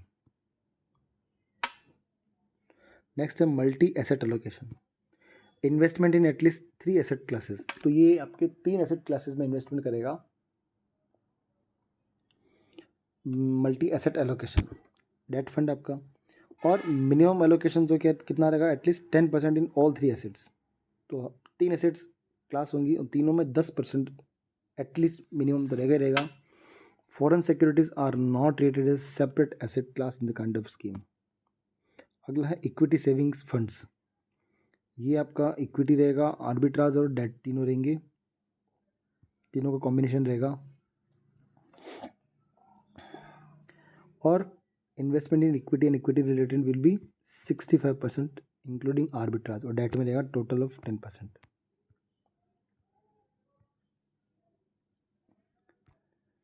फिर नेक्स्ट बात करते हैं अपन आर्बिट्राज फंड की। ये आपका open ended scheme investing in arbitrage opportunities, arbitrage के अंदर आपका इन्वेस्टमेंट करेगा ये आपका, और ये भी 65% जो है इसमें इन्वेस्टमेंट करेगा। अगला है रिटायरमेंट फंड और चिल्ड्रन फंड। ये आपकी क्या है, सॉल्यूशन ओरिएंटेड फंड है। तो अब किसी का ऑब्जेक्टिव ये है कि मेरा तो कुछ सॉल्यूशन निकलना चाहिए, मेरा टारगेट ही यही है कि मैं रिटायरमेंट में मुझे ये पैसा चाहिए, या चिल्ड्रंस फंड हो गया। तो दोनों में मेरा बेस्ट क्या रहेगा कि ज़्यादातर मैं ये कि उस समय पैसा अच्छा खासा चाहिए, तो लॉन्ग टाइम फंड हो गया, लॉन्ग टाइम फंड हो गया तो उसमें रिटर्न को अपन सोच सकते मान सकते हैं। तो रिटायरमेंट फंड एक open ended retirement solution oriented scheme होगा that having a lock in of 5 year. इसमें कितना लॉक इन पीरियड रहता है आपको, 5 साल का लॉक इन पीरियड रहता है। और टिल रिटायरमेंट एज, आप चाहें जो पहला हो जाए, या तो रिटायरमेंट पहला हो जाए या 5 साल, दोनों में से जो पहला होगा उस समय ये इतना तो आपका ये रहेगा ही रहेगा। Scheme having a lock in for at least 5 years और till retirement date whichever earlier, जो पहले हो जाए, या तो 5 साल पहले हो जाए तो 5 साल तक, या रिटायरमेंट पहले हो जाए तो रिटायरमेंट तक ये फंड आपका रहेगा लॉक में, इसमें आप पैसा निकाल नहीं सकते। चिल्ड्रन फंड के अंदर बात करें क्वेश्चन कैसा आता है, तो इसमें लॉक इन पीरियड इसमें भी रहेगा 5 साल, और the child attains age of maturity. तो scheme having lock in for at least 5 year और till the child attains maturity of whichever earlier. 5 साल, या तो 5 साल लॉक रहेगा, या जब तक कि वो मेजोरिटी में नहीं हो जाता तब तक रहेगा। नेक्स्ट अपन बात करते हैं अदर स्कीम्स के अंदर कौन कौन से फंड आपके। एक है आपका इंडेक्स फंड, एक है आपका exchange traded fund. An open ended scheme that is replicating tracking और ए स्पेसिफिक इंडेक्स। मतलब अपन यहाँ बात करें इंडेक्स फंड और एक्सचेंज ट्रेंड ईटीएफ की बात करते हैं। आजकल जैसे अपन ईटीएफ के अंदर बहुत सारे लोगों का मूवमेंट हुआ है, तो ईटीएफ का भी डिस्कस करते हैं अपन यहाँ पे। तो ये रेप्लिकेट किसको करेंगे, ट्रैक किसको करेंगे, स्पेसिफिक इंडेक्स को करेंगे। मिनिमम आपका इन्वेस्टमेंट कैसा रहेगा इसमें, that shall be 95% of the total assets. Fund of fund FOF, ये भी आपके ओवरसीज और डोमेस्टिक फंड जैसे होते हैं। इसका उद्देश्य ये है कि ये कोई ऐसे फंड में इन्वेस्टमेंट करता है दूसरे फंड के अंदर, तो इसलिए इसको बोलते हैं फंड ऑफ फंड। ये फंड दूसरे वाले फंड्स में इन्वेस्टमेंट करता है। मिनिमम इन्वेस्टमेंट जो रहेगा 95% रहेगा, ये आपको ध्यान रखना है। इसमें रहेगा 95%, इसमें रहेगा 95%। तो सॉल्यूशन ओरिएंटेड आपके 95%। दोनों अपने चिल्ड्रन और रिटायरमेंट फंड देखे तो लॉक इन पीरियड मिनिमम 5 साल देखा था। अब अपन पढ़ते हैं नेक्स्ट अदर फंड्स के अंदर। Floating rate fund, capital protect scheme, infrastructure debt fund. तो फ्लोटिंग रेट फंड्स कैसे होंगे आपके, तो floating rate funds invest largely in floating rate debt securities where the interest rate payable by the issuer changes in line with the market. Rate आपका float हो रहा है, float हो रहा मतलब फ्लक्चुएट हो रहा है, ऊपर नीचे हो रहा है, उसको बोलेंगे floating rate. Capital protected scheme, तो capital protected scheme are close ended schemes. Close ended मतलब एक बार पैसा इन्वेस्ट कर दिया तो आप पैसा निकाल नहीं सकता, उसको बोलते हैं क्लोज एंडेड। ओपन एंडेड कभी भी आप बाहर निकल सकते हो और कभी भी आप इन्वेस्टमेंट कर सकते हो और एक्स्ट्रा इन्वेस्टमेंट कर सकते हो। Which are structured to ensure the investors get their principal back irrespective of what happens to the market. एक होता है इंफ्रास्ट्रक्चर डेट फंड्स। ये क्या होता है इंफ्रास्ट्रक्चर डेट फंड्स, ये पैसा लगाता है आपके इंफ्रास्ट्रक्चर जैसे। Infrastructure debt funds can be setup either as trust और a company, IDFs।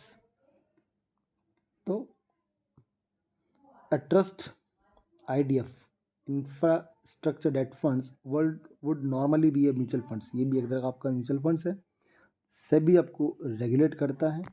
while company based IDF would normally be an NBFC regulated by the Reserve Bank। IDF offered mutual funds generally supported by bank and NBFCs, while IDF offered by NBFCs sponsored by bank and infrastructure finance company। AUM, assets under management, इसको बात कर रहे थे assets under management AUM of Indian mutual fund industry on 31 August 2020 should eight 27,49,389 crore. 10-year growth stands at 14.5 per annum compounded annually.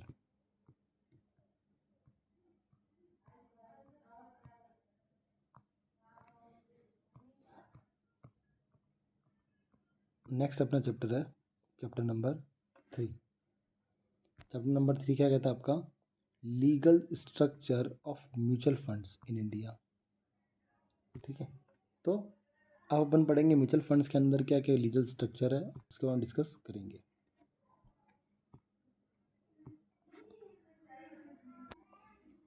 तो discuss करें तो अपन chapter 3 का short revision, legal structure of mutual funds in India.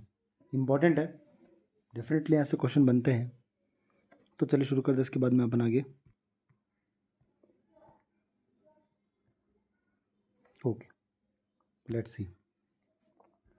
तो जैसा कि अपन जानते हैं कि क्या लीगल स्ट्रक्चर है म्यूचुअल फंड्स के अंदर, कैसे इन्वेस्टर्स का पैसा सेफ है, क्या इन्होंने ऐसे नियम बना रखे जिसके अकॉर्डिंग अपन ये सब चीज़ देखते हैं. तो अकॉर्डिंग टू सेबी, है ना, SEBI has stipulated the legal structure under which mutual funds in India need to be constituted. तो म्यूचुअल फंड्स को कॉन्स्टिट्यूट किया गया कुछ लीगल स्ट्रक्चर के अंदर जो सेबी ने स्टिपुलेट किया. Mutual funds are constituted in India as trust. Question यहाँ से बना हुआ एक बार कि पूछ लेते कि म्यूचुअल फंड्स किस रूप में है, तो ट्रस्ट के रूप में है. Mutual funds are govern by Indian trust act 1882. तो ये भी एक अच्छा क्वेश्चन है. तो ये इंडियन ट्रस्ट एक्ट 1882 के अंडर में ये म्यूचुअल फंड्स आर गवर्न. बात करते हैं mutual fund trust is created by one और मोर स्पॉन्सर. तो अपन ऐसे कह सकते हैं कि कितने स्पॉन्सर हो सकते हैं, तो एक या एक से ज़्यादा स्पॉन्सर्स भी हो सकते हैं किसी भी म्यूचुअल फंड ट्रस्ट के अंदर. जो स्पॉन्सर है, who are the main persons behind the mutual funds business. तो इस पूरे म्यूचुअल फंड बिजनेस के पीछे कौन है? स्पॉन्सर्स होते हैं. जैसे अपन लेट सपोज ये मान लो कोई भी एक बड़ा इवेंट होता है, ठीक है, तो उस बड़े इवेंट के अंदर सबसे बड़ी रिस्पॉन्सिबिलिटी कौन होते हैं? स्पॉन्सर्स होते हैं. आप जाते हैं, स्पॉन्सर्स ढूंढ के लाते हैं, तो स्पॉन्सर अपना बिजनेस करते हैं उसके अकॉर्डिंगली. तो जनरली इस सारा का सारा इसके पीछे कौन है? स्पॉन्सर्स होते हैं. तो अब म्यूचुअल फंड एक ट्रस्ट है, तो every trust has its beneficiaries. तो हर जो ट्रस्ट होगा उस ट्रस्ट का क्या होगा? एक बेनिफिशियरीज होगा. In case of mutual fund trust, तो म्यूचुअल फंड ट्रस्ट के अगर केस के अंदर अपन बात करें तो the beneficiaries are the investors. तो यहाँ बेनिफिशरीज कौन है? बेनिफिशरी मतलब जिसको फ़ायदा होता है, बेनिफिट होता है. तो बेनिफिशरीज कौन है? Are the investors. अब यहाँ इन्वेस्टर्स कौन है? जो पैसा लगा रहे हैं, ठीक है, जो पैसा इन्वेस्ट करते हैं और रिडीम करते हैं, जो अपन कस्टमर्स की अपन बात करते हैं वो. Who invest in various scheme of a mutual fund.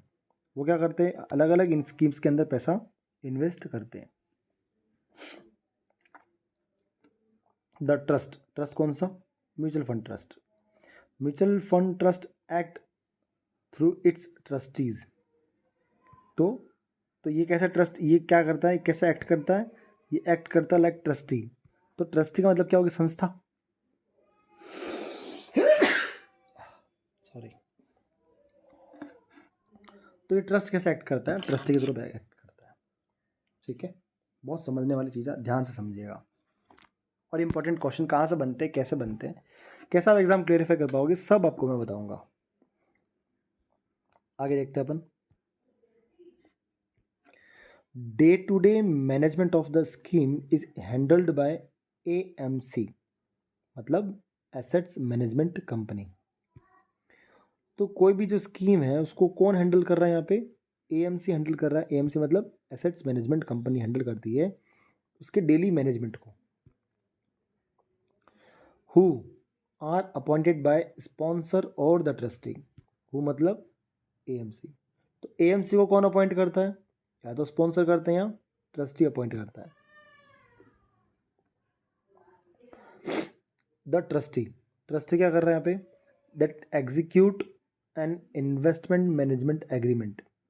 तो एक इन्वेस्टमेंट मैनेजमेंट एग्रीमेंट को क्या करता है? एग्जीक्यूट करता है एएमसी के साथ में ट्रस्टी, और सेटिंग आउट इट्स रेस्पॉन्सिबिलिटी, और सबकी अपने अपने रेस्पॉन्सिबिलिटी को सेटिंग आउट कर देता है।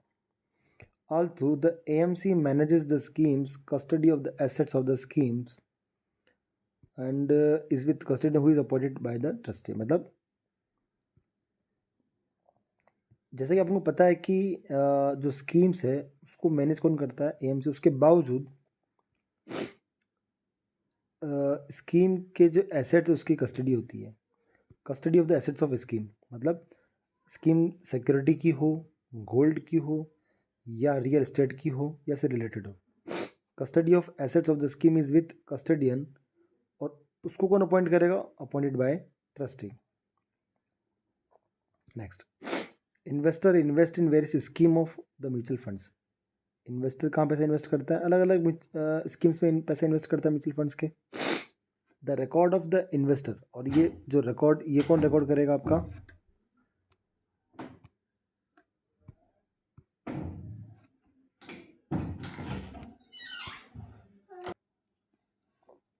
So that's why we can say, तो इन्वेस्टर इन्वेस्ट करते हैं various schemes of mutual funds. तो अलग अलग म्यूचुअल फंड्स के स्कीम्स के अंदर इन्वेस्टर पैसा इन्वेस्ट करते हैं। द रिकॉर्ड ऑफ इन्वेस्टर्स, अब उन इन्वेस्टर को रिकॉर्ड्स करना, and their unit holding may be maintain by the AMC itself. और इन सब को रिकॉर्ड करना, इन्वेस्टर्स की बातों को और उनकी यूनिट्स को होल्डिंग करने को, ये सब मेंटेन करता है एएमसी खुद। कई बार क्या होता है, it can also appoint a registrar and transfer agency. तो RTA ये एमसी क्या करता है? अपॉइंट करता है। तो ये ध्यान रखता है, रजिस्ट्रार एंड ट्रांसफ़र एजेंट जो होते हैं ये ध्यान रखते हैं इन्वेस्टर के रिकॉर्ड को और उनके यूनिट होल्डिंग्स को। ये क्वेश्चन यहाँ से बहुत बार बनता है, ये RTA क्या होता है? अगर कुछ भी अब तक जो अपन ने पढ़ा चैप्टर 1, 2 या 3 में कुछ भी समझ में नहीं आया तो आप मुझे कमेंट बॉक्स में मुझे बता सकते हैं, ठीक है। और कोई स्पेसिफिकली ऐसा कोई टॉपिक है जो जिससे आपको समझ में नहीं आ रहा हो या जिससे रिलेटेड आपको MCQ चाहिए हो, तो आप मुझे कमेंट बॉक्स में बना सकते हैं। मैं बहुत जल्द उसके लिए भी एक क्लास अलग से सेपरेट ले आऊँगा। Application to the SEBI for registration of mutual funds is made by the sponsor. तो जो स्पॉन्सर के द्वारा क्या किया जाता है, यहाँ पे म्यूचुअल फंड को रजिस्टर किया जाता है सेबी के पास। Application to SEBI for registration mutual fund is made by sponsor. ये सब जिम्मेदारी किसकी है? स्पॉन्सर की जिम्मेदारी की वो सेबी के पास एप्लीकेशन रजिस्टर करे। यहाँ से भी सीधा सीधा क्वेश्चन बन जाता है कि कौन जो होता है सेबी, इसके पास रजिस्ट्रेशन करता है म्यूचुअल फंड्स का, तो आपको पता चल गया यहाँ पे, ठीक है। नेक्स्ट अपन आगे देखते हैं। The sponsor should have a sound track records and reputation. Sponsor should also have sound track records and reputation of fairness and integrity in all business transaction. तो यहाँ स्पॉन्सर का भी एक अच्छा रिकॉर्ड होना चाहिए, उसकी एक अच्छी रेपुटेशन होनी चाहिए उसके बिजनेस ट्रांजेक्शन के अंदर। उसके लिए क्या ज़रूरत है? The requirements are, sponsor should be carrying on business in financial service for not less than 5 year. यहाँ पे क्या चाहिए कि जो भी स्पॉन्सर है should be carrying on business in financial year for not less than 5 year. तो 5 साल से उसका कम का बिजनेस नहीं होना चाहिए फाइनेंशियल सर्विसेज का। Sponsor should have positive net worth, share capital plus reserve minus accumulated losses in all immediately presiding 5 year. पिछले 5 साल का पॉजिटिव नेटवर्थ होना चाहिए और अच्छा खासा बिजनेस भी होना चाहिए। Third cheese, net worth in the immediately preceding year should be more than amount that sponsor contribute to the capital of the AMC। तो अच्छा खासा नेटवर्थ भी होना चाहिए पिछले साल के कंपैरिजन में। Sponsor should have earn profits after providing for depreciation and interest and tax in three of previous 5 years including the latest year. कहीं ऐसा ना हो कि एक स्पॉन्सर जो बिल्कुल बैंकक्रप्ट है, ठीक है, और वो कोई एएमसी खोल दे और उसके अकॉर्डिंग क्या हो, इन्वेस्टर्स का पैसा चला जाए, तो ऐसा सेबी नहीं चाहता है. तो ये सब चीज़ें कौन देख रहा है? सेबी देखता है. आगे अपन बात करते हैं next. The sponsor needs to be contribute minimum 40% of the net worth of the AMC. तो यहाँ पर ये भी है कि किसी जो एक एएमसी है उसके अंदर उसका कितना होना चाहिए कंट्रीब्यूट? 40% होना चाहिए. ठीक है, किसका? स्पॉन्सर का. तो स्पॉन्सर का कितना कंट्रीब्यूशन होता है? मिनिमम 40%. 40 से ज़्यादा हो सकता है लेकिन मिनिमम 40% तो होना ही चाहिए, ये आपको ध्यान रखना है. Sponsor have to contribute a minimum of ₹50 lakh. तो sponsor have to contribute minimum कितना कंट्रीब्यूट उसको करना है? मिनिमम 50 लाख रुपए और 1% of the corpus raised in the NFO whichever is lower as initial contribution fund. दोनों में से जो मिनिमम होगा वो उसको कंट्रीब्यूट करना ही करना है. एक ऐसा आदमी, a person who is guilty of moral turpitude can not be appointed as a trustee. जो गिल्टी है, गिल्टी मतलब फॉल्ट में है, गलत में है, किसी मॉरल टर्पिट्यूड्स का, उसको कभी भी ट्रस्टी अपॉइंट नहीं किया जा सकता. Can not be appointed. A person convicted of any economic offense और violation of any securities laws can not be appointed as a trustee. तो ट्रस्टी में उसको भी अपॉइंट नहीं कर सकते जो कभी इकोनॉमिक ऑफेंस का कन्विक्टेड हो या वायलेंस ऑफ एनी सिक्योरिटी, किसी सिक्योरिटी लॉज का वो वायलेट करता हुआ पाया गया हो, उसको ट्रस्टी में कभी नहीं लेंगे. तो दोनों चीज़ आपको ध्यान रखनी है. ट्रस्टी में कौन कौन नहीं आ सकता? एक तो जो गिल्टी हो मॉरल टर्पिट्यूड का, और दूसरा कन्विक्टेड हो एनी इकोनॉमिक ऑफेंस का किसी का. No AMC and no director officer employ of an AMC shall be eligible to appointed as trustee of the mutual funds. Question आ सकता है कि इनमें से which of the following are not a member of mutual funds. तो ये चीज़ आपको ध्यान रखनी है. एक तो ये हो गया, ये हो गया, तीसरा एक ये हो गया, एक ये हो गया, तीसरा ये वाला हो गया. इसमें क्या कहना चाह रहा है कि no AMC and no director of, जो इंडिपेंडेंट डायरेक्टर हो गया, no AMC, no director, officer, employ of an AMC shall be eligible to appointed trustee of mutual funds.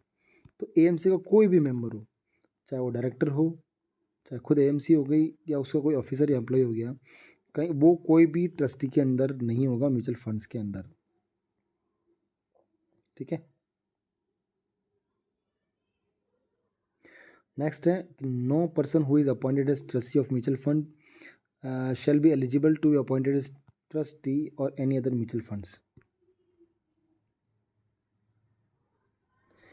ऐसा कोई person who is no person who is appointed as trustee of mutual fund that eligible to be appointed as trustee of any other mutual funds. जो already किसी और mutual funds का trustee appointed है, उसको भी अपन क्या नहीं कर सकते अपने इधर म्यूचुअल फंड्स के अंदर या ट्रस्टी में अपॉइंट कर सकते. नेक्स्ट देखते हैं अपन. Prior approval of SEBI needs to be taken before a person is appointed as trustee. तो ट्रस्टी को अपॉइंट करने से पहले सेबी से प्रायर अप्रूवल लेनी पड़ती है before a person is appointed as trustee. Sponsor will have to appoint at least 4 trustee. तो स्पॉन्सर क्या कर सकता है? एटलीस्ट कितने ट्रस्टी रख सकता है? 4 ट्रस्टी रख सकता है. Sponsor will have to appoint at least 4. Question आ सकता है as it is question exam के अंदर, बिल्कुल इंपॉर्टेंट क्वेश्चन है यहाँ पे, कि एक स्पॉन्सर जो होता है वो कितने ट्रस्टी अपॉइंट कर सकता है. If a trustee company has been appointed then company would need to have at least 4 director on the board. ठीक है. मान लो 4 ट्रस्टी स्पॉन्सर ने क्या कर दिया? अपॉइंट कर दिया. तो जो ट्रस्टी कंपनी है has been appointed, then company would need to at least 4 directors on the board. तो बोर्ड के जो डायरेक्टर होंगे वो कितने होंगे? एटलीस्ट 4। अगर 4 ट्रस्टी हैं तो 4 डायरेक्टर होंगे बोर्ड के।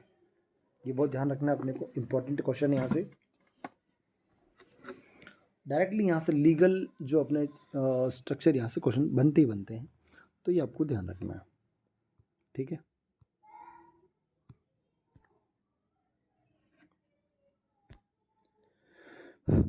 नेक्स्ट अपन यहाँ से बात करते हैं, एक अच्छा क्वेश्चन बनता है यहाँ पे भी। At least 2/3 of the trustee director on the board of trustee company would need to be independent trustee. तो ये क्या कहना चाहिए यहाँ पे कितने? 2/3 ऑफ ट्रस्टी।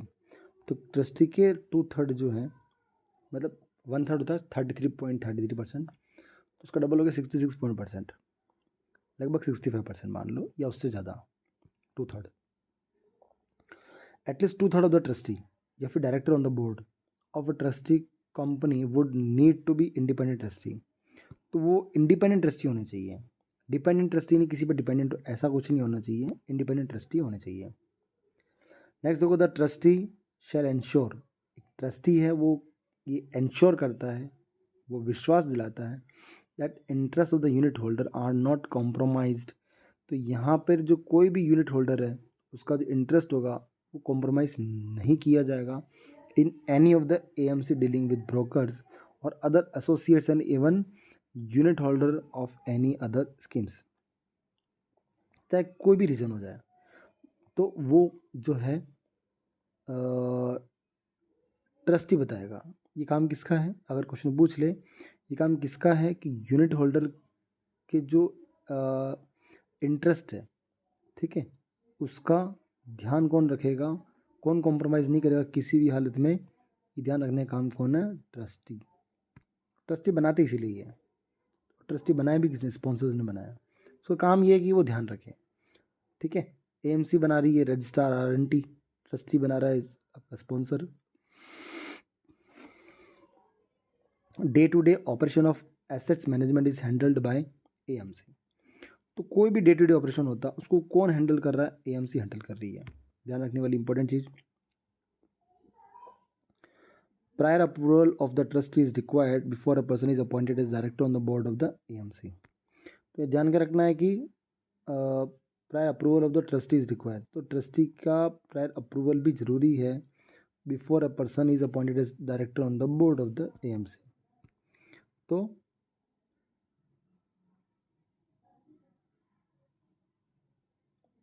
एएमसी के बोर्ड ऑफ डायरेक्टर है उनके सामने तो प्रायर अप्रूवल होना ज़रूरी है ट्रस्टी का, ठीक है। Next, at least 50% of the director should be independent director. और एटलीस्ट कम से कम, यहाँ तो हो सकता सारे ही हो, कम से कम 50% डायरेक्टर कैसे होना चाहिए? इंडिपेंडेंट डायरेक्टर होना चाहिए। एंड नॉट एसोसिएट ऑफ और एसोसिएट विथ स्पॉन्सर और एनी ऑफ इट सब्सिडरीज और ट्रस्टी। किसी से एसोसिएट नहीं होना चाहिए, नॉट एसोसिएट ऑफ और एसोसिएट विद द स्पॉन्सर, किसी स्पॉन्सर से भी नहीं होना चाहिए, किसी सब्सिडरी से भी नहीं होना चाहिए, ना किसी ट्रस्टी से होना चाहिए, ठीक है। इस हिसाब से तो क्या है कि अच्छे से चल पाएगा trustee. Next, AMC needs to have a minimum net worth of ₹50 crore. तो एएमसी को जरूरत है, needs to a minimum net worth of 50 crore. तो इतना तो चाहिए ही चाहिए एएमसी को कि वो नेटवर्थ उसका इतना होना चाहिए 50 करोड़ का। AMC has 5 main function. अब इसके 5 कौन कौन से बड़े बड़े फंक्शन है एएमसी, वो भी अपन डिस्कस कर लेते हैं।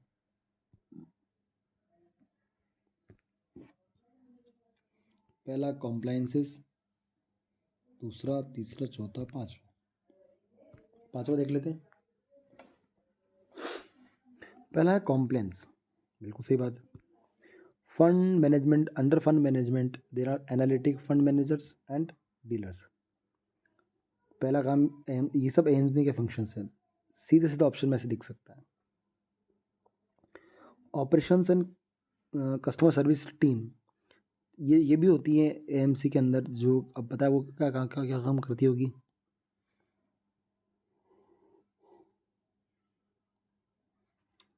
ठीक है, तो under operations and customer services team, कुल मिला के सर्विस कैसे कस्टमर को प्रोवाइड दी जाए इस तरह से।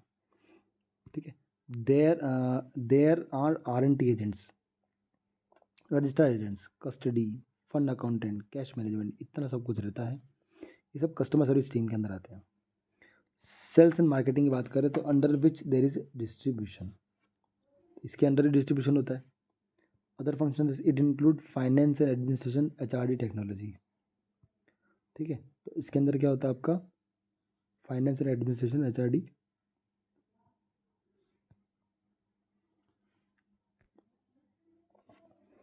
नेक्स्ट में बात करते हैं यहाँ से, तो AMC are required to invest seed capital of 1% of the amount raise subject to maximum of the 50 lakh in all growth options of mutual fund scheme through out the life time of the schemes.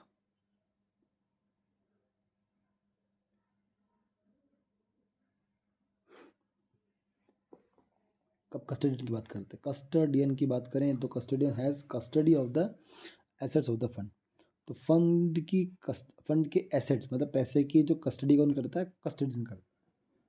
Custody समझ गए होंगे आप, वही वही custodian है।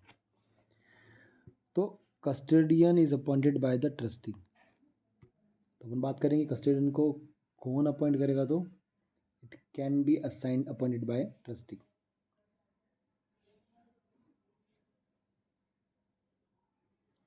यहाँ से directly question पूछा गया है, which of the following is true, custodian को कौन अपॉइंट करता है, तो ट्रस्टी अपॉइंट करती है। Next, custodian agreement is sine between trustee and the custodian. Custodial agreement होता है जिसमें ट्रस्टी और कस्टडियन के बीच में एग्रीमेंट हो जाता है।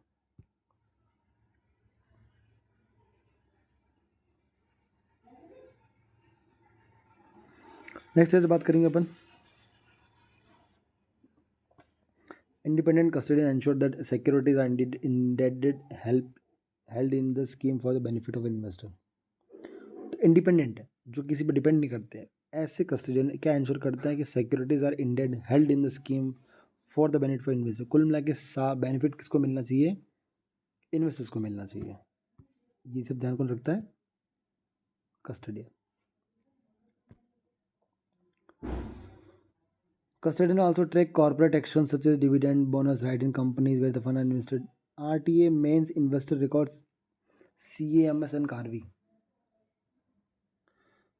Function of RTA includes processing of purchase and redemption transaction of the investor.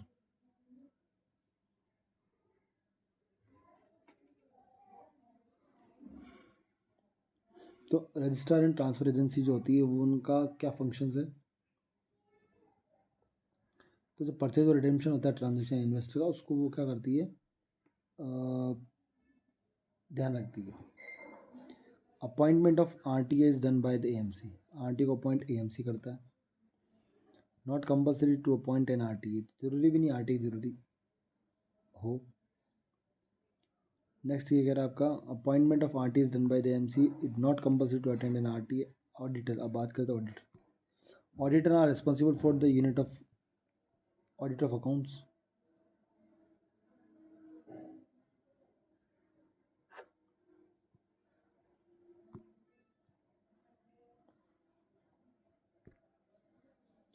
तो यहाँ से नेक्स्ट अपन बात करें आगे ऑडिटर्स के बारे में। तो auditors are responsible for the audits of the account. Auditor क्या काम करते हैं, ये आपके अकाउंट्स को ऑडिट करते हैं।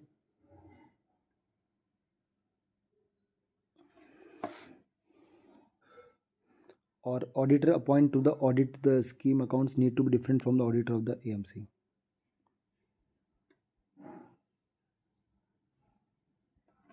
तो ये बिल्कुल डिफरेंट होना चाहिए AMC के अंदर। Scheme auditor is appointed by the trustee, तो स्कीम को ऑडिटर को कौन अपॉइंट करेगा, trustee. And the AMC auditor is appointed by the AMC। ठीक है, ट्रस्टी क्या करता है, स्कीम ऑडिटर, क्योंकि स्कीम लॉन्च कर रही है, और AMC क्या करता है, AMC ऑडिटर करता है। The fund accounts perform the role of calculating the NAV by collecting information about the assets liabilities of each scheme.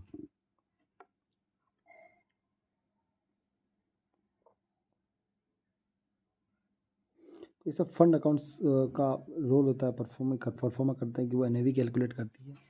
Distributor have a key role in selling suitable types of mutual fund to their clients.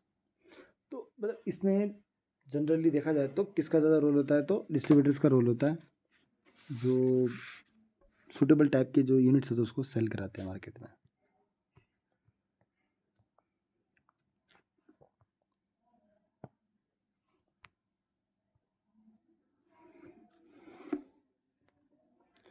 Next देखेंगे अपन यहाँ से, investors money go into bank account of scheme in which they have invested. तो कौन सा bank account रहेगा इसमें, जिस bank का वो यूज़ कर रहे हैं. नेक्स्ट अपन बात करते हैं यहाँ से, to do away with multiple KYC formalities with various intermediaries, SEBI has a mandate unified KYC for the securities market through KYC registered agency registered with the SEBI. अगर अलग अलग इंटरमीडियरीज हैं तो उसके अकॉर्डिंग क्या करेगा, अलग अलग KYC फॉर्मेलिटीज़ करनी पड़ेगी. इसलिए उन्होंने क्या किया, एक ही नियम निकाल दिया, तो कोई भी सब सिक्योरिटी मार्केट के लिए हो गया फिक्स. एक बार करनी पड़ेगी, उसके बाद सब हो जाएगा. एम ऑफ CYC मतलब सेंट्रल KYC. अब ये बोले कि इसका एम क्या है, ठीक है. Aim of central KYC is to have to structure in place which allow investors to complete their KYC only once before interacting with various entities across the financial sector.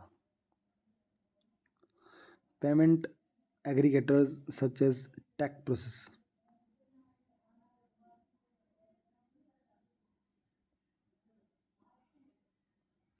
Next देखते हैं अपन यहाँ से,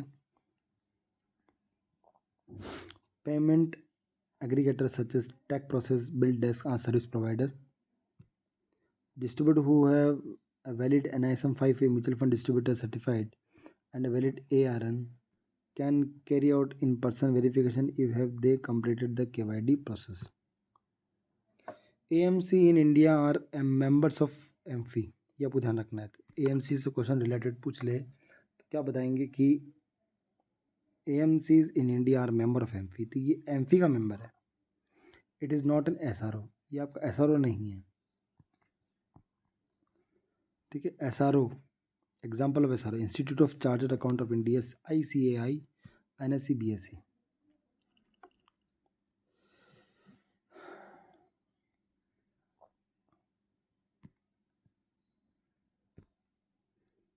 AMFI is formed to define and maintain high professional and ethical standard. It recommends, promotes best business practices and code of conduct. AMFI has framed a set of guidelines. AMFI क्या करती है, ये सब set करती है guidelines को. and code of conduct for intermediaries consisting of individual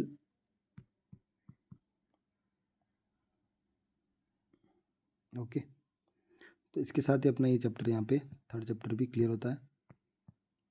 अब अपना आगे पढ़ेंगे नेक्स्ट 4 चैप्टर. तब तक यहाँ पे कोई डाउट होता पूछ सकते हैं. Thank you so much.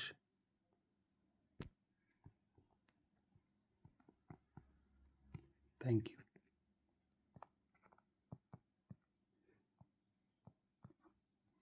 चलिए शुरू कर. थैंक्स.